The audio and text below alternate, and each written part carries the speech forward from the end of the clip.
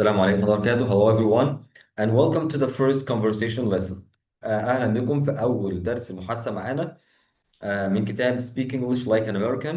تحدث لغة إنجليزية كأمريكي. طبعا الهدف إن أنت توصل لمرحلة أنت تبقى native speaker متحدث أصلي. هنقول حاجة مهمة جدا. اللي ناخده النهاردة كتاب بيركز على idioms، وهناخد أول ليسون فيه أول درس. idioms معناها مجموعة كلمات، المعنى العام لمجموعة الكلمات أو المعنى الكلي بيختلف عن معنى كل كلمة مفردة لوحدها. ناخد بالنا إن الكلام ده خاص بالمحادثة بس، لكن واحنا بنكتب حاجة رسمية ما بنكتبش لصديق، يعني بنكتب ريبورت تقرير في شركة في أي حاجة كده مهمة، ما ينفعش نستخدم الايديومز دي خالص. نركز. الكتاب بتاعنا جميل جدا ولذيذ. بيبدأ بمقدمة main characters، الشخصيات الرئيسية. طبعا الناس الممتازة عارفة الاستراتيجية بتاعتنا ان احنا هنكرر بصوتنا ونسمع نفسنا الكلمات اللي نطقها جديد بالنسبة لنا او كنا بنطقها غلط. main characters الشخصيات الرئيسية. وطبعا هنا الكتاب بيقدم أسرة The Johnson family، أسرة جونسون. بيقول لي the author would like to thank the Johnson family for graciously agreeing to appear in this book. المؤلف the author قلنا طبعا اسمها ذي مش ده، لما يكون وراها حرف اسم بيبدأ حرف متحرك. the author المؤلف would like to، قلنا يود أن أو يرغب أن، وبستخدمها for or to show appreciation، to show respect، لكي يظهر الاحترام والتقدير.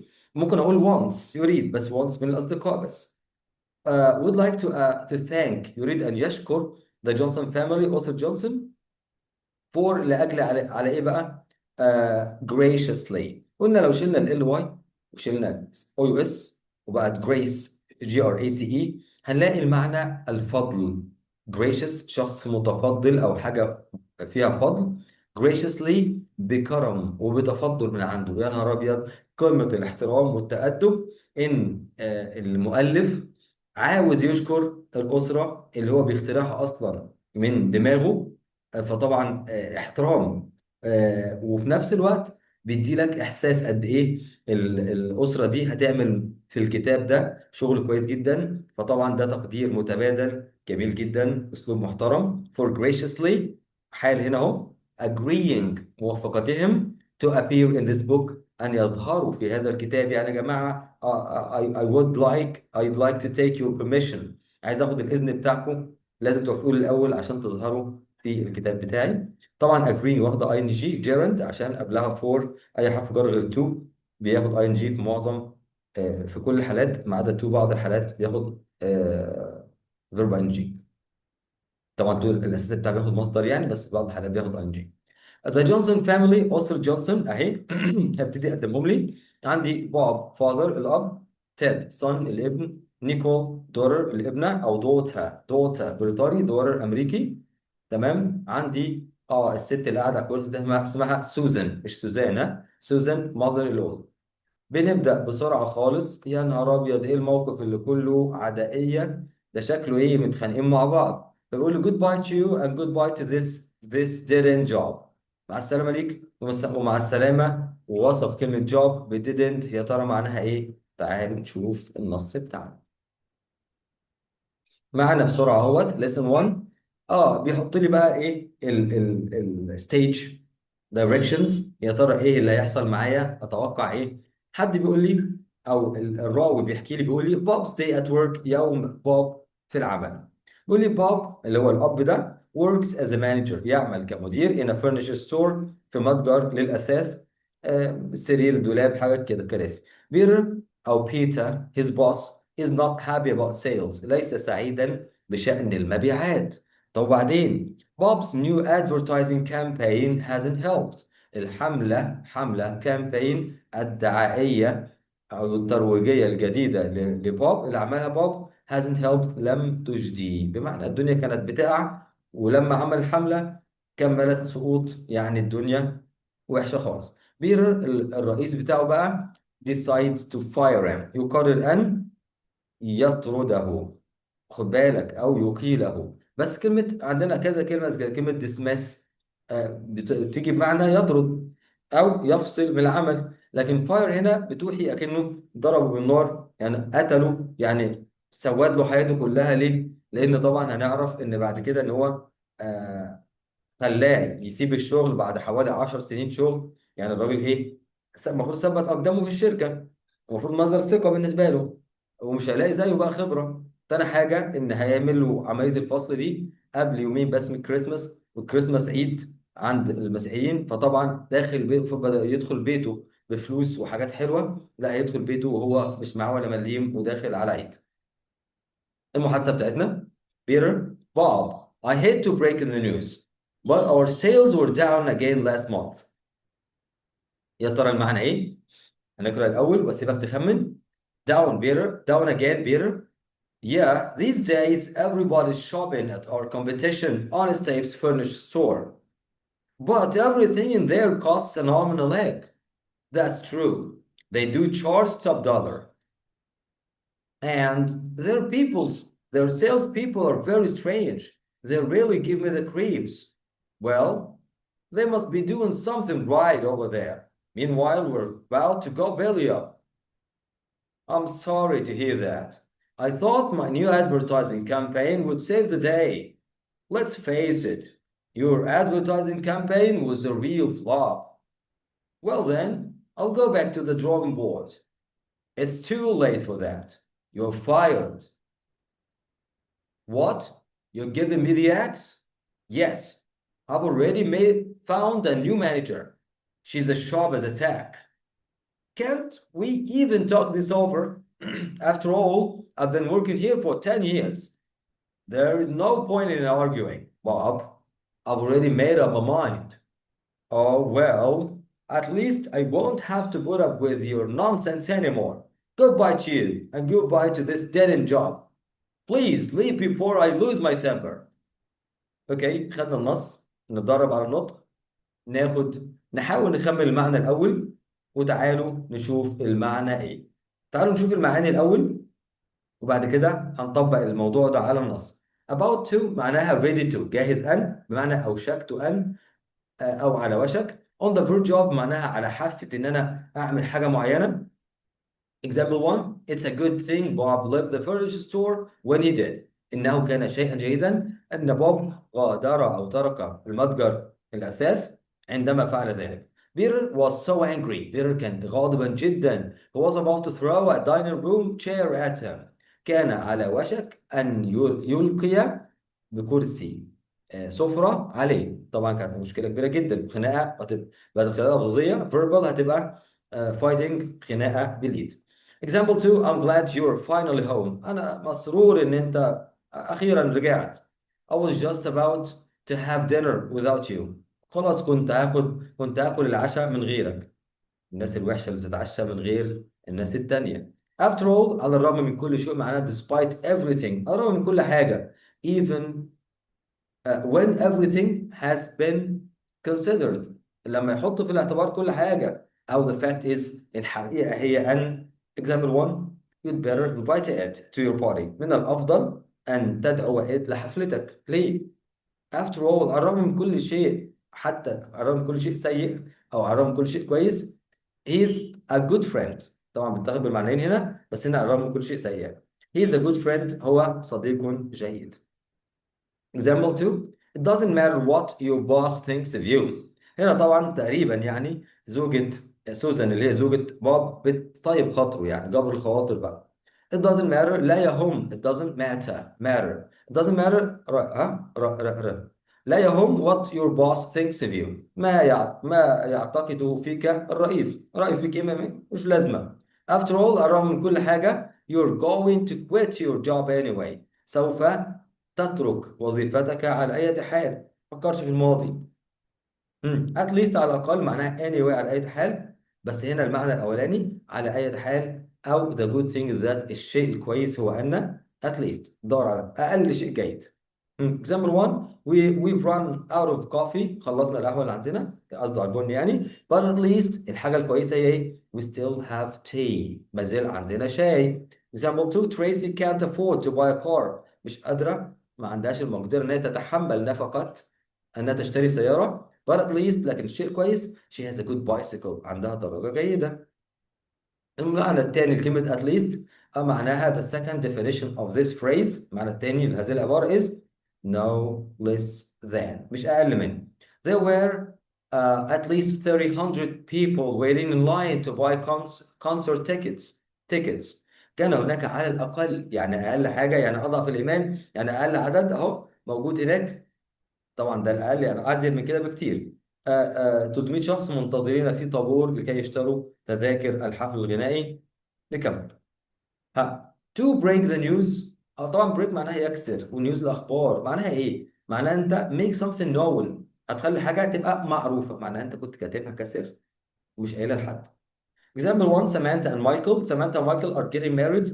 هيتجوزوا but they haven't yet broken the news to their parents. لكن لسه ما قالوش، ما كشفوش السر لباباهم ومامتهم. طبعا انا ضد الفكره تماما. اي علاقه، اي حب قبل الزواج مالوش اي 30 لازمه، بالعكس بيجي على البنت، والبنت معتقده ان ده الصح. بالعكس الولد بيتلعب بيها، وفي الغالب قلنا 4% بس زواج في امريكا، يعني 96% ايه؟ بيقول لها يا ماما انت من سكه وانا من سكه، بعد ما يكون خلاص البنت ملهاش طلب في الزواج بعد كده خلاص، وكرهت حياتها وبتخرج بعقد، يعني كوارث. Example 2: You'd better break the news to your father carefully. نهار ابيض، هنا شخص عمل كارثه، وليكن مثلا زي واحد شال 6 مواد اللي في الترم كله ما جاش في ولا ماده، وبابا عمال يصرف. بابا عايز فلوس رايح الكليه، جاي من الكليه واتاري بيقعد على الكافيتيريا. You'd better break the news. من الافضل ان يعني تكشف السر او تخبر باباك بالاخبار carefully، بعنايه وبحرص بالراحه. ليه بقى؟ after all، على الرغم من كل حاجه هباب عملتها، مش عايز ايه تاني؟ you don't want him، انت لا تريده to have a heart attack، مش عايز يجيله نوبه قلبيه ويموت فيها. حرام بقى. نكمل. to cost an arm and a leg، أن تتكلف إذا ذراع ورجل، لا معناها to be very expensive، أن تكون غالي الثمن. ولا كلمة expensive معناها غالي ليه؟ لأن جاي من كلمة expense، EXPENSE، معناها نفقة أو expenses نفقات، والحاجة اللي بتدفع فيها كتير تبقى expensive، غالية الثمن. Example 1: a college education، تعليم في الجامعة in America، في أمريكا costs an arm and a leg، معناها غالي جدا. All of the furniture at Honest Apes، كل الأثاث اللي عندهم في Honest Apes ده costs an arm and a leg، معناها غالي جدا. Didn't job، وظيفة بلا مستقبل، يعني هتدنك زي ما أنت بنفس الراتب بنفس كل حاجة والدنيا بتغلى، طبعا ملهاش لازمة.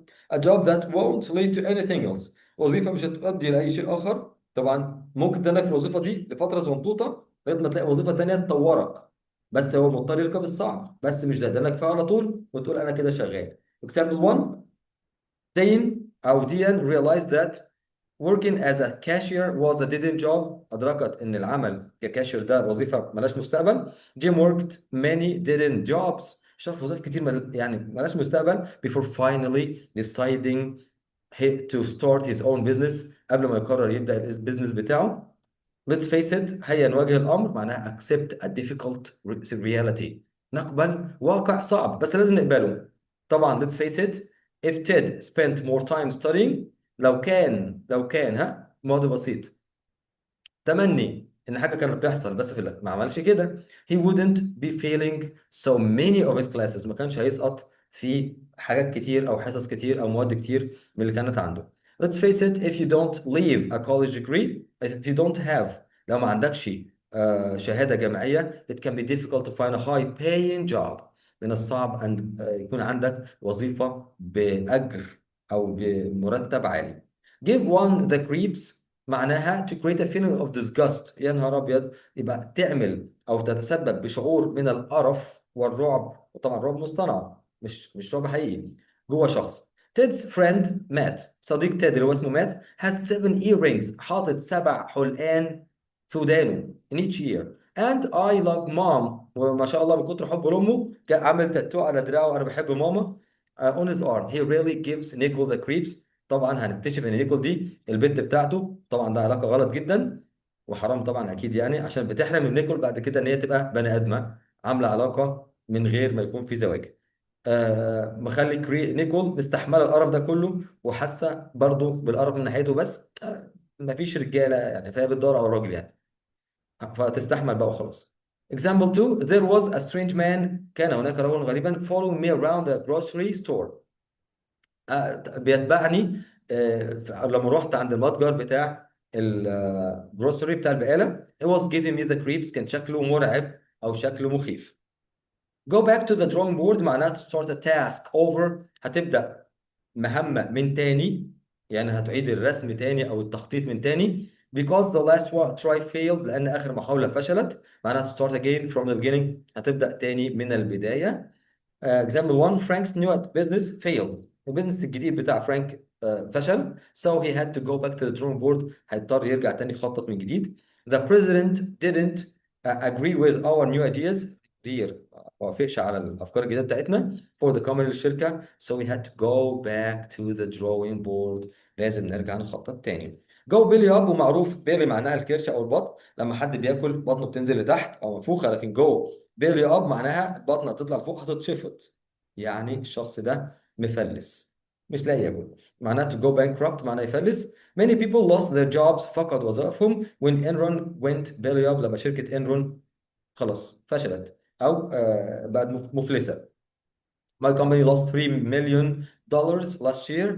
شركتي خسرت 3 مليون السنة اللي فاتت دولار. We might go belly up. أكيد هيحصل إفلاس.